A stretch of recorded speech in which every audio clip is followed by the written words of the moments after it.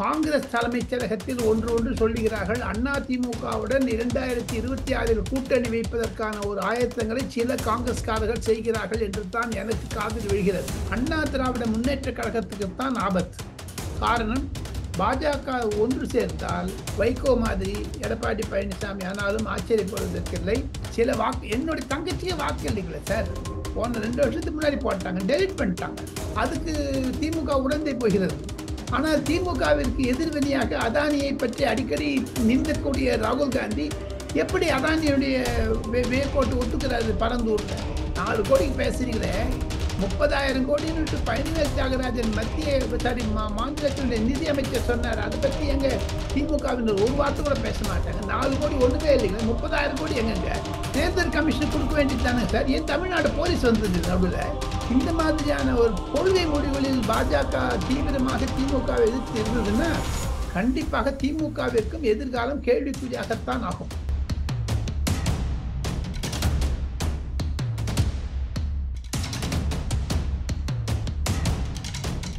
Real one voice நேயர்களுக்கு வணக்கம். இன்றைய நேர்காணலுக்காக நம்முடன் இணைகிறார் அரசியல் விமர்சகர், மூத்த பத்திரிகையாளர், டெல்லியிலிருந்து திரு ராஜகோபாலன் அவர்கள். வணக்கம் சார். நமஸ்தே. நமஸ்தே. ரியல் ஒன் நேயர்களுக்கு ஹரிக்கும் என்னுடைய நமஸ்காரங்கள். நாம் இருவரும் பேசக்கூடியது தமிழ்நாட்டினுடைய எதிர்காலம், அரசியல் எதிர்காலம் எப்படி இருக்க போகிறது என்ற ஒரு தலைப்பைத்தான். நெல்லை சிவா போன்ற ஆசிரியர்களும் ஹரி போன்ற ஒரு ஆங்கருக்கெல்லாம் ஒரு இஷ்டம் இருக்கிறது. தாங்கள் கேள்வி கேளுங்க, நான் ஒன்னொன்னா பேசலாம். ஏன்னா நம்ம ஒரு விதமா பாஜகவை திட்டுறதோ இல்ல பாஜகவை ஆதரிக்கிறதோ திமுகவை திட்டுறதோ திமுகவை ஆதரிக்கிறதோ கிடையாது. பொதுமக்களுக்கு எந்த செய்தி வேண்டும் என்பதை சொல்லுவதற்குத்தான் ஒரு பத்திரிகையாளர். தாங்கள் கேள்வி கேளுங்க, ஒன்னொன்று அனலைஸ் பண்ணலாம்.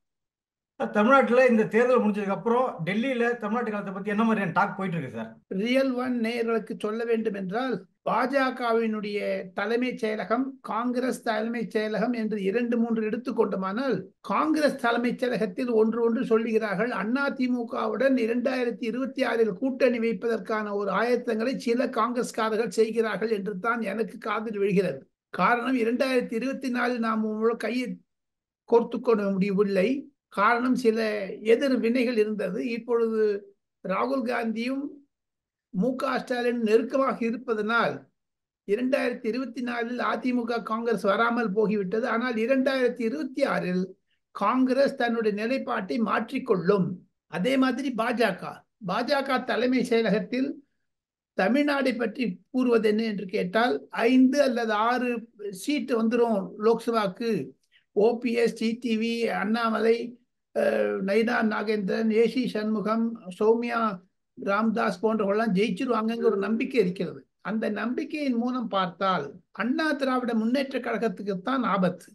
காரணம், பாஜக ஒன்று சேர்ந்தால், அந்த அதிமுக ஒன்று சேர முயற்சித்தால் ஓபிஎஸ்ஸும் டிடிவி தினகரனும் சசிகலாவும் கணிசமான வாக்குகளை எடுப்பார்கள். அது இபிஎஸ் கடினமாக இருக்கும் என்றுதான் கருத்தாளர்கள் கருத்து தெரிவிக்கின்றனர்.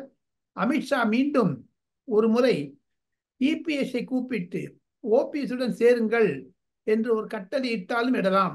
3வது முறையாக பாஜக மத்திய அரசாங்கத்தில் அமைப்பது என்ற ஒரு சூழ்நிலை உருவாகி கொண்டு வருகிற பின்னணியில் பாஜக அதிமுக மீது அழுத்தத்தை தரும்.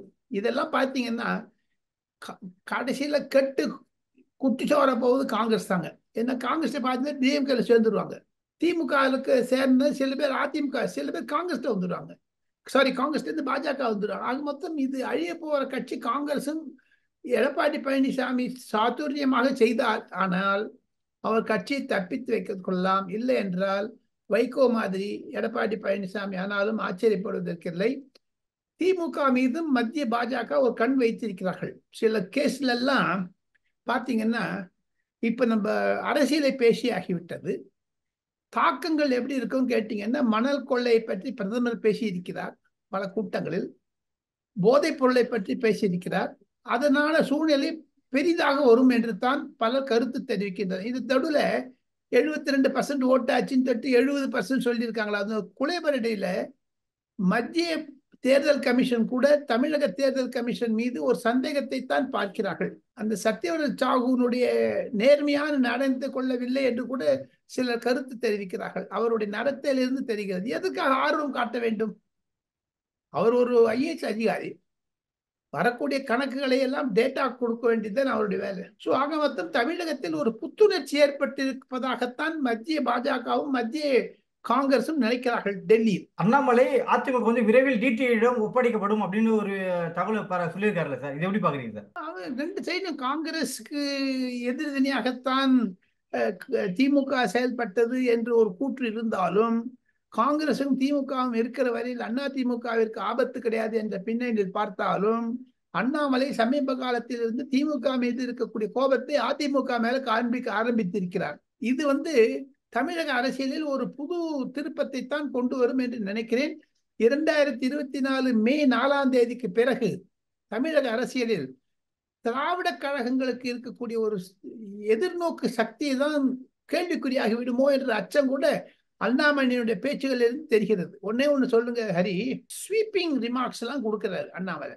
ஒண்ணு ஈவி ராமசாமி நாயக்கருடைய சிலையை ஸ்ரீரங்கம் கோவிலுக்கு முன்னாடி தான் அகற்றுவோம் சொன்னார். அது ஒரு தாக்கத்தை ஏற்படுத்தி இருக்கிறது திராவிட கழகத்தின் மத்தியில். அதையும் தவிர ஹிந்து ரிலிஜியஸ் என்டோமென்ட் போர்டு மேல கை வைப்போம்னு சொல்லியிருக்காரு. மூன்றாவதாக தமிழ்வாய் பாட்டு இருக்கிற ஈராறும் கடலெடுத்த நிலைமறைங்க, அந்த பாட்டு நிறுத்திடுவோங்கிறார். ஸோ இதெல்லாம் இவ்வளவு தூரம் செய்யறதுன்னா நரேந்திர மோடியினுடைய ஆட்சி, அமித்ஷாவுடைய ஆட்சி இல்லாமல் அவர் பேச மாட்டார் அவர். ஆக அண்ணா திமுகவை சதனம் கட்டுறதை விட இந்த மாதிரியான ஒரு கொள்கை முடிவுகளில் பாஜக தீவிரமாக திமுகவை எதிர்த்து இருந்ததுன்னா கண்டிப்பாக திமுகவிற்கும் எதிர்காலம் கேள்விக்குறியாகத்தான் ஆகும். இந்த குளறுபடிக்கு பின்னாடி ஏதாவது சதி இருக்குன்னு நீங்க நினைக்கிறீங்களா சார்? சதி இருக்கு, கண்டிப்பாக சதி இருக்கு. திராவிட முன்னேற்ற கழகத்தினால் ஒரு ஏற்படுத்தப்பட்ட சதி. ஏன்னா அது ஜனவரி மாசத்துல இருந்தே பண்ணியிருக்காங்களே ஹரி.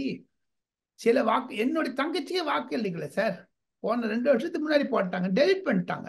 அது வேண்டுமென்றே செய்திருக்கிறார்கள். அதற்கு உடந்தையாக இருந்தது தமிழக தேர்தல் அதிகாரி குழாம் என்று கூட சொல்லுகிறார்கள். ஆக மொத்தம் ஒரு விசாரணை கமிஷன் ஒண்ணு வச்சுங்க ஹரி. யார் ஜெயித்தாலும் யார் தோத்தாலும் இந்த கேஸ் எல்லாம் சுப்ரீம் கோர்ட்டுக்கு போகும் திருப்பியும். அதுக்கு முன்னாடி தமிழகத்தில் பொதுமக்களிடையே, குறிப்பாக பரந்தூர் என்ற கிராமம் விமான நிலையம் வருவதாக இருக்கிறது. அந்த கிராமம் பாய்காட் பண்ணாங்க. அதே மாதிரி தூத்துக்குடியில், அதே மாதிரி திருநெல்வேலியில 12 கிராமங்கள் இந்த மாதிரி பாய்காட் பண்ணிருக்காங்கன்னா அது இந்திய ஜனநாயகத்திற்கு எதிர்மறையாகத்தான் இருக்கிறது. எங்க நோட்டான்னு சொல்லிட்டு ஒண்ணு கொடுத்தாங்க, நாட் டு ஓட் அகைன்ஸ்ட், யாருக்குமே ஓட்டு வாண்டான்னுட்டு. ஆனா கடைசி இந்த மாதிரி பகிஷ்காரம் பண்றாங்க, எதிர்ப்பு பண்றாங்க. அது தப்பு இல்லையா? இந்த பாய்காட் பண்ற விஷயம் எந்த எந்த கட்சிக்கு பின்னடைவு ஏற்படுத்துங்க சார்? திமுகவிற்கு. ஏன்னா திமுக தான் அரசாங்கத்தில் இருக்கிறது அல்லவா. அந்த பரந்தூர் விமான நிலையம் வரக்கூடாது என்றுதான் செய்கிறார்கள். ஆனால் திமுகவும் அதானியுடன் கைகோர்த்து கொண்டு ராகுல் காந்திக்கு எதிராக கூட செய்கிறார்களே. விமான நிலையம் இப்பொழுது வேணுமாங்க? டாஸ்மாக் கடையை மூடுங்க சார். அந்த 40,000 கோடியில ஜனங்களுடைய உயிர் தேவைங்க. அதைத்தானே எடப்பாடி பழனிசாமி மீண்டும் மீண்டும் சொல்லுகிறார். அதைத்தானே அண்ணாமலை சொல்லுகிறார். ராகுல் காந்தி நான் பந்திருவேன், ஏழையினுடைய ஏழ்மையை எதிர்ப்பேன் என்று ஒரு வீடியோ போட்டிருக்காரு நேற்று. கட் பண்ணிடுவேன், தக் பண்ணிடுவேன் உடான் சொல்றாரு ராகுல் காந்தி. அதுக்கு திமுக உடந்தே போகிறது. ஆனால் திமுகவிற்கு எதிர்வினையாக அதானியை பற்றி அடிக்கடி நிந்தக்கூடிய ராகுல் காந்தி எப்படி அதானியுடைய வேப்போட்டு ஒத்துக்கிறாரு பரந்தூர்ல? ஸோ அந்த விமானத்துக்காக எதிர்க்கக்கூடிய ஓட்டுகள் இருக்க, அதெல்லாம் ஜனநாயகத்துக்கு விரோதம். அதையெல்லாம் தமிழக அரசும் சரி மத்திய தேர்தல் கமிஷனும் ஆழ்ந்து கணிக்க வேண்டும். ஒரு நாடாளுமன்ற தேர்தலுக்கே 12 கிராம் பண்றாங்கன்னா ஒரு அசம்பிளி எலெக்ஷனுக்கு 40 கிராம் பண்ணாங்கன்னா என்ன ஆகும்? எல்லாம் தமிழ்நாட்டில் பணம் வாங்குறாங்கிற இது ஒரு நூதன முறையா இருக்குது. இப்போ ஒரு ஓட்டுக்கு ஈரோட்டில் இவிஎஸ் இளங்கோவன் ஜெயிக்கும் போது 20,000 கொடுத்தாங்க, 10,000 கொடுத்தாங்க. செந்தில் பாலாஜியினுடைய ஒரு அழுத்தம் பணத்தை கொடுத்து ஓட்டு வாங்கினார்னுட்டு. ஸோ அதெல்லாம் கவனிக்க வேண்டிய விஷயம். நயினார் நாகேந்திரன் சம்பந்தமாக 4 கோடி பணம் பிடிபட்டதாக ஒரு தகவல் வந்துருக்கு இல்லையா? இது இடி சம்பந்தம் இல்லைன்னு சொல்லியிருக்காங்க. இது எப்படி பாக்குறீங்க சார்? அரசாங்கத்தினுடைய கழுத்து காரணம் என்ன என்று கேட்டால், தமிழக அரசாங்கத்தான் இந்த கேஸை ஃபைல் பண்ணாங்க. ஃபர்ஸ்ட் ஆஃப் ஆல் எலெக்ஷன் கமிஷனருக்கு 4 கோடி பிடிச்சிட்டு அந்த தேர்தல் கமிஷன் கொடுக்க வேண்டியது தானே சார். ஏன் தமிழ்நாடு போலீஸ் வந்துங்க நடுவில்?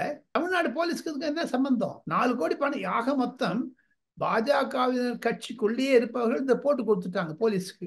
தாம்பரத்தையும் பிடிப்பானே அந்த கேஸ். அதுக்காக தான் என்போர்ஸ்மெண்ட் டைரக்டர் எங்க கையில இல்லை அந்த பணம், எங்களுக்கு அதுக்கு சம்பந்தம் இல்லைன்னு சொல்றாங்க. அது வந்து சட்ட ரீதியாக எங்களுடைய அட்ராக்ஷன்ல வரலன்னு சொல்றாங்க.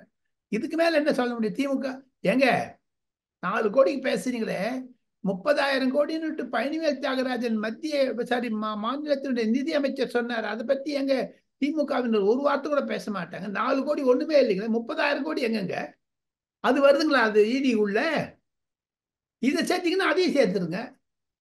அதை ஒண்டி வெளில வைப்பான்னு நைனா நகர்ந்தவனையே பிடிப்பாங்க. நடப்பு அரசியல் குறித்து பல்வேறு கருத்துக்களை பகிர்ந்தமைக்கு மிக்க நன்றி சார். தேங்க்யூ.